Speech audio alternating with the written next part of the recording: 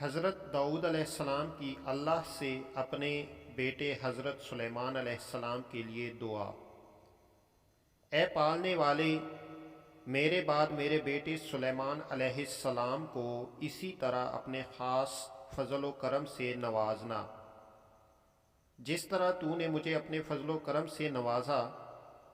تو خداوند عالم نے وحی نازل کی، اے داؤد علیہ السلام، اپنے بیٹے سے کہو کہ وہ بھی میرا ویسا ہی سچا چاہنے والا اور یاد کرنے والا رہے جیسے تم ہو، تاکہ اسے بھی تمہاری طرح نوازوں۔